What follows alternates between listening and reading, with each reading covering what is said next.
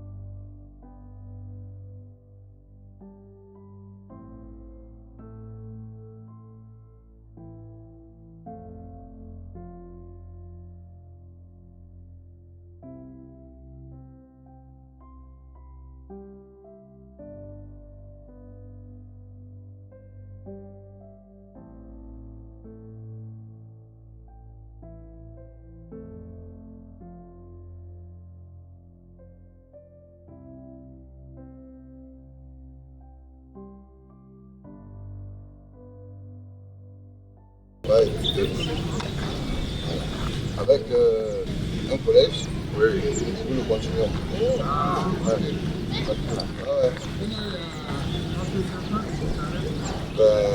C'est ce devons agir au maximum pour améliorer le site. Le site comprend l'intérieur et puis l'extérieur immédiat, l'intérieur de la ville et puis l'intérieur aussi des bâtiments. Mais vraiment, c'est un challenge avec un bon parti. Voilà. Nous sommes dans un coin et dans un endroit vraiment asséché où la terre est presque aride, terrain vraiment impropre à nos plantations. J'ai essayé de faire l'éco environnemental, les fleurs, les arbres. Et chaque année, il faut recommencer. Soit ça meurt, soit les animaux, ou bien le terrain n'est pas. Donc, au niveau des bâtiments aussi, nous avons des problèmes. Ce sont des vieux bâtiments qui sont là. Et quand il pleut, l'eau coule. Quand il y a le vent, nous avons peur que les toits ne s'envolent. Un bon vent va emporter.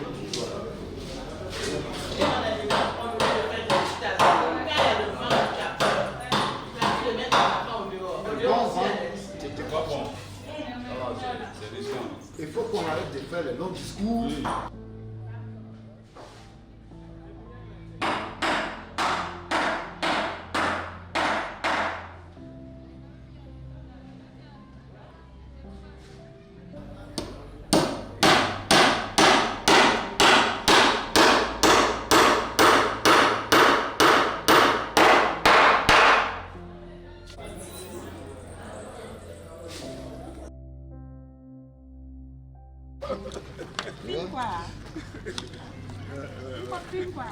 C'est bien aussi de prendre un peu les enfants là.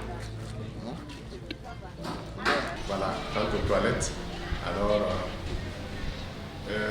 c'est dire aux élèves qu'ils fassent tout pour une bonne utilisation des toilettes qui sont mises à notre disposition. Alors, étant donné que le plus souvent, c'est que nous décevons les enfants qui viennent à notre niveau. Alors, ils ne sont pas issus des milieux où quand même ils ont eu l'occasion d'utiliser les toilettes. Voilà, quand ils arrivent, bon, c'est de les aider à une bonne utilisation des toilettes. Et ensuite aussi, alors, à savoir être voilà, propre au niveau des milieux, des salles de classe, voilà, à pouvoir les entretenir de façon correcte. Et maintes fois ici, il y a des enfants qui viennent, et surtout dans les petites classes, les habits qu'ils utilisent pour se coucher, c'est ça qu'ils ramènent à l'école. Et on est obligé de les... Souvent, s'ils ne sont pas loin, ils partent s'échanger.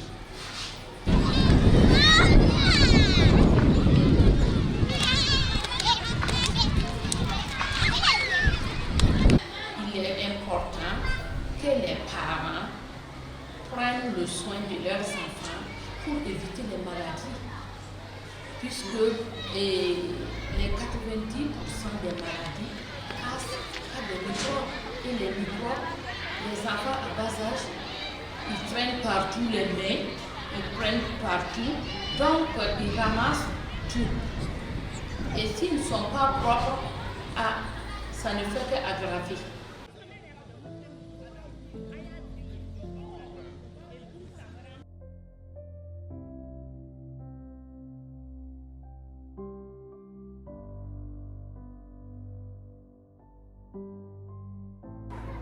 L'école Climat B relève de la circonscription d'éducation de base de Bobo numéro 3. Ça, c'est sur le plan pédagogique. Maintenant, sur le plan administratif, l'école relève de l'arrondissement numéro 5. Nous rencontrons des difficultés sur le plan vraiment de l'hygiène à l'école ici. Nous manquons de latrines. Vous-même, vous avez dû constater les latrines qui existent ont été réalisées par l'association des parents d'élèves. Selon leurs moyens, vous avez constaté que ça ne répond pas vraiment aux normes, puisque les normes actuelles là veulent que les toilettes soient accessibles à tout le monde.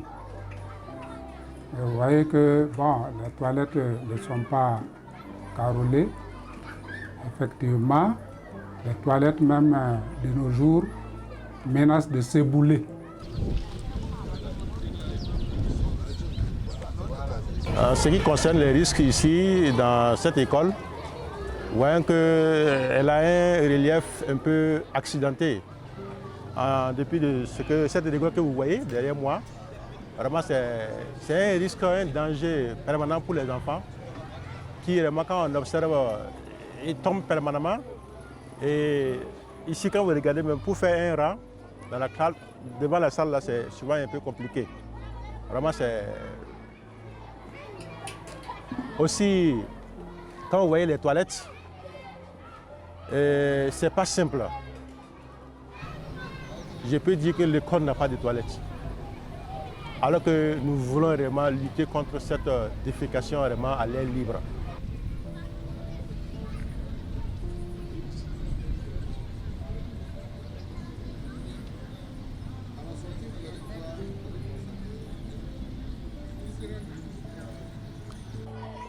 Mais il y a certains élèves, ça ne va pas du tout en matière de propriété.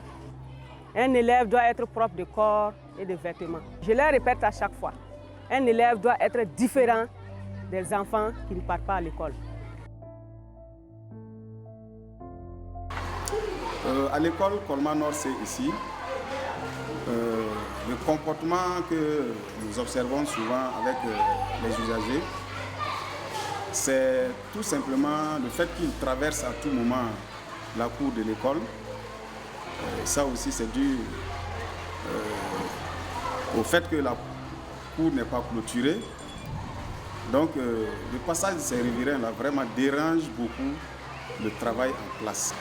C'est dommage, c'est dommage. Alors, pour un cadre éducatif, vraiment, et des gens se permettent de venir jeter des ordures n'importe comment, vraiment, c'est décourageant. Il faut que ça cesse vraiment, il faut que ça cesse. Parce que, avec des saletés un peu partout à l'école, dans la cour de l'école, sincèrement, ça ne permet même pas d'avoir vraiment une bonne hygiène dans le travail. Maintenant, le ravin, c'est devenu un dépotoir pour les riverains. Ça fait que souvent, les odeurs nauséabondes font qu'on ne peut pas respirer. Ça rend vraiment le cadre de travail un peu difficile pour nous. Sans compter les moments de pluie où quand la pluie ne passe pas, nous sommes vraiment très inquiets parce que l'eau tente souvent d'emporter nos élèves. Et nous avons même des bâtiments qui sont très menacés par les eaux de pluie. Donc, voici donc quelques difficultés que nous avons et que nous tentons de faire face. Il faut vraiment avoir de l'argent pour pouvoir faire la canalisation. Sinon, comme ça, là, c'est grave. Parce que vous voyez, c'est bien exécuté.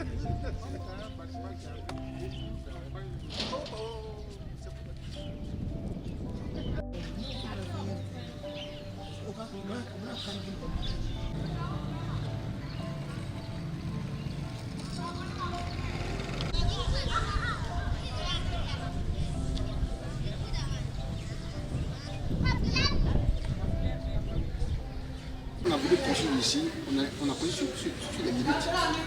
On a mis ici un bâtiment, donc au fond là-bas, et les latrines au fond là-bas. Vous voyez, les latrines, tu as délimité, pourquoi ne fait pas développer le développement.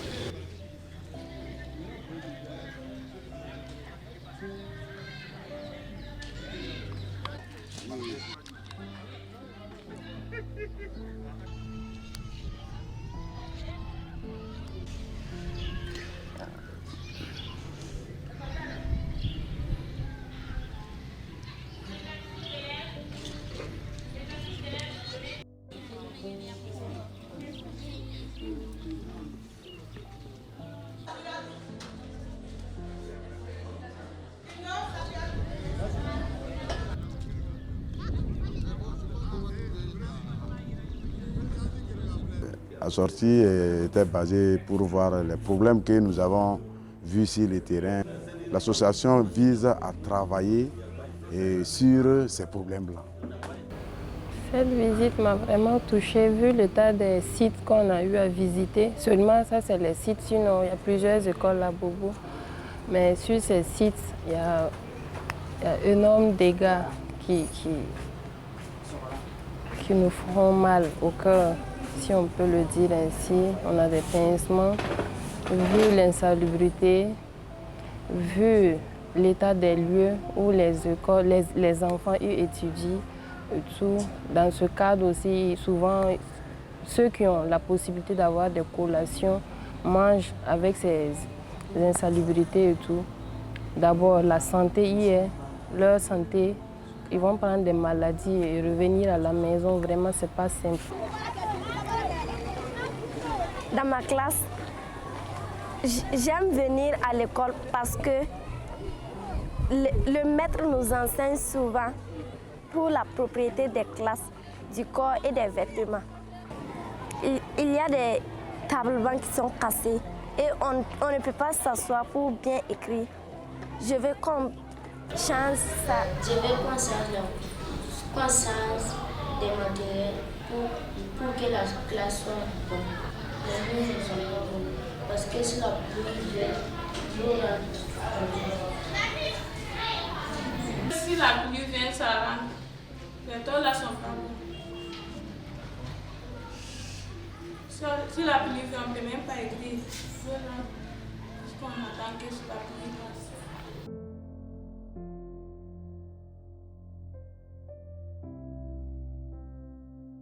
En fait, Educared est porteur du combat que toute la génération se doit de mener. Il s'agira pour la génération future de léguer des réflexes, des comportements, de l'amour envers la nature. Et c'est pourquoi dans les actions, nous avons prévu la formation des formateurs qui vont, en même temps qu'on donne de l'éducation aux enfants, de l'enseignement aux enfants, qu'on crée ce lien très fort avec la nature pour leur permettre d'aimer la nature comme ils aiment un être humain. Parce que c'est des êtres vivants, les plants, etc. C'est des êtres vivants, ça vit. Donc c'est vraiment transmettre ce gène à la génération future.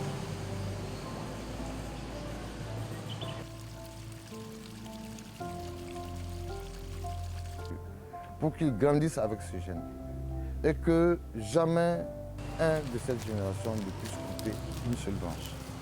La protéger, la sauvegarder, faire en sorte qu'ils grandissent en même temps que les plants.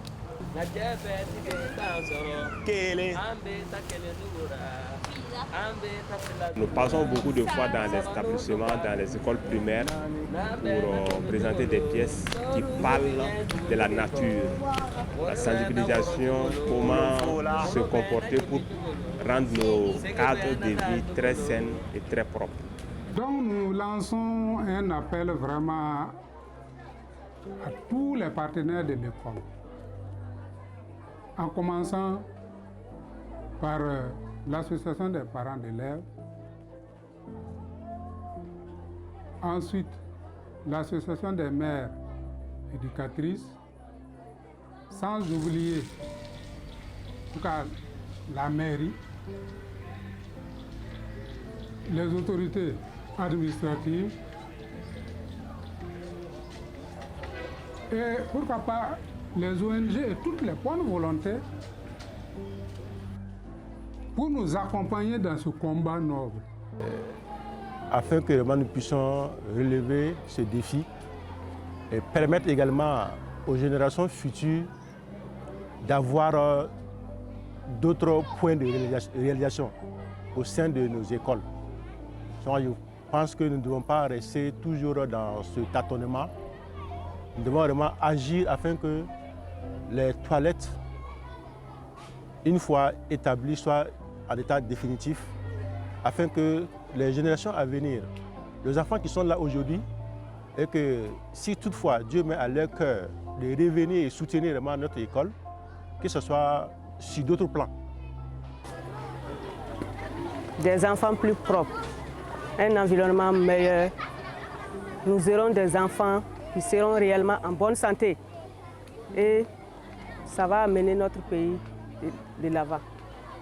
Essayer d'entretenir ce que nous avons, nos bâtiments, oui. Les arbres que nous avons plantés, nous allons essayer de les entretenir pour, en tout cas, éviter la dégradation de ces bâtiments-là, préserver les acquis pour que nos enfants puissent en bénéficier. Puis les enfants que nous enseignons aujourd'hui, ce sont nos leaders de demain. Donc nous devons leur montrer le bon exemple, pour que demain, eux aussi, à leur tour, ils puissent éduquer ceux qui puissent prendre la relève et éduquer leurs enfants, pour qu'on puisse vivre dans la paix et pour une façon meilleure. Si nous arrivons à entamer et à poser en tout cas les premières pierres, je pense que d'autres viendront encore poursuivre. Parce que chaque moment vient avec ses défis. Aujourd'hui, nous savons ce que nous pouvons relever comme défi. Mais demain, nous ne savons pas, de nouveaux défis peuvent se présenter. Donc, chaque génération doit, autant que faire ce peut, relever les défis qui sont les siens. Alors, notre objectif, il est double. Le premier objectif, c'est d'améliorer les infrastructures scolaires, tout l'écosystème, notamment en travaillant sur la gestion des latrines, sur la gestion de l'eau, sur l'amélioration du ramassage des déchets et sur le reboisement des cours de récréation. Alors aujourd'hui, et ça c'est le premier objectif. Le deuxième objectif, c'est de former des jeunes enfants qui seront les futurs ambassadeurs de l'environnement. Et pour ça, on a choisi de travailler avec des enfants qui ont 6 ans aujourd'hui parce qu'on pense que si on leur apprend l'éducation relative à l'environnement, si on leur donne des bons gestes d'éco-citoyens, ils pourront les reproduire avec leur père ou leur famille et qu'ainsi, ensemble, on va améliorer l'environnement de Bobo-Dioulasso. On a pu mettre en place un groupe de travail qui s'appelle Educared, qui fait le suivi journalier des projets avec des partenaires divers. On a aussi pu avancer sur l'aménagement des latrines grâce à un partenariat avec l'ONEA. Et maintenant, un autre partenariat nous propose de financer une formation des enseignants en éducation relative à l'environnement. Et finalement, nous allons reboiser la cour de l'école de Quinima. Donc ça, c'est toutes des choses qui aujourd'hui ont déjà marqué leur impact.